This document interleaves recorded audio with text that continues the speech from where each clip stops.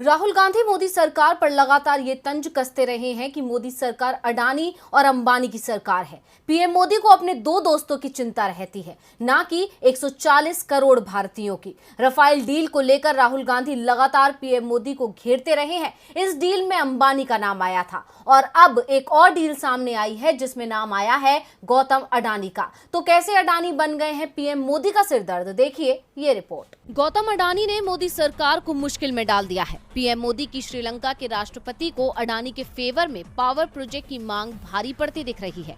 भारत से लेकर श्रीलंका तक इसे लेकर हंगामा मचा हुआ है। दरअसल श्रीलंका के सिलोन इलेक्ट्रिसिटी बोर्ड सीईबी के अध्यक्ष एमएमसी फर्डिनांडो ने संसदीय समिति के सामने पेशी के दौरान दावा किया कि भारत के प्रधानमंत्री नरेंद्र मोदी ने 1 साल पहले राजपक्षे सरकार पर दबाव बनाया था कि अडानी को पावर प्रोजेक्ट का ठेका दिया जाए। फर्डिनांडो ने कहा कि पिछले साल 24 नवंबर को श्रीलंका के राष्ट्रपति गोटबाया राजपक्षे ने उन्हें दफ्तर बुलाया था और अक्षय ऊर्जा से जुड़ी परियोजना को अडानी ग्रुप को सौंपने की बात कही थी। सीईबी चेयरमैन ने दावा किया था कि गोटबाया ने इसी गुप्त चर्चा के बीच उनसे कहा था कि भारत के प्रधानमंत्री मोदी उन पर प्रोजेक्ट को अडानी ग्रुप को सौंपने का दबाव बना रहे हैं। फर्डिनांडो के बयान के बाद श्रीलंका से लेकर भारत तक में हंगामा मच गया, जिसके बाद श्रीलंका के राष्ट्रपति गोटबाया ने ट्वीट कर साफ किया कि फर्डिनांडो का बयान सही नहीं है, उन्होंने इस तरह की कोई बात नहीं कही है। इसके बाद फर्डिनांडो भी अपने बयान से पलट गए। अब वो दावा कर रहे हैं कि वो भावना में बह गए थे और मोदी सरकार पर झूठे आरोप लगा दिए।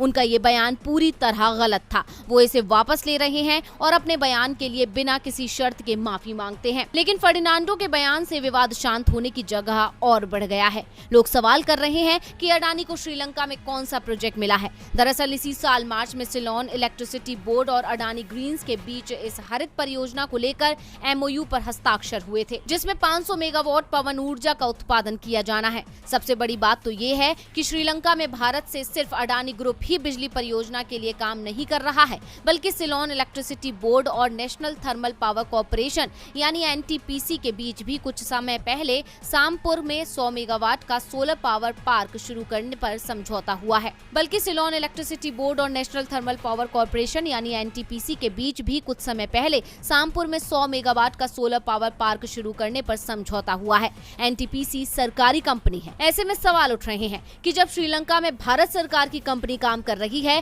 तो फिर किसी निजी उद्योगपति से जुड़ी कंपनी की सिफारिश सरकार क्यों कर रही है। वैसे सीईबी के चेयरमैन अपने बयान से पलट चुके हैं। श्रीलंका के राष्ट्रपति गोटबाया राजपक्षे भी फर्डिनांडो के बयान को झूठा करार दे रहे हैं। लेकिन क्या श्रीलंका अब सच बोल रहा है या पहले सच बोल रहा था, ये जानना दिलचस्प होगा।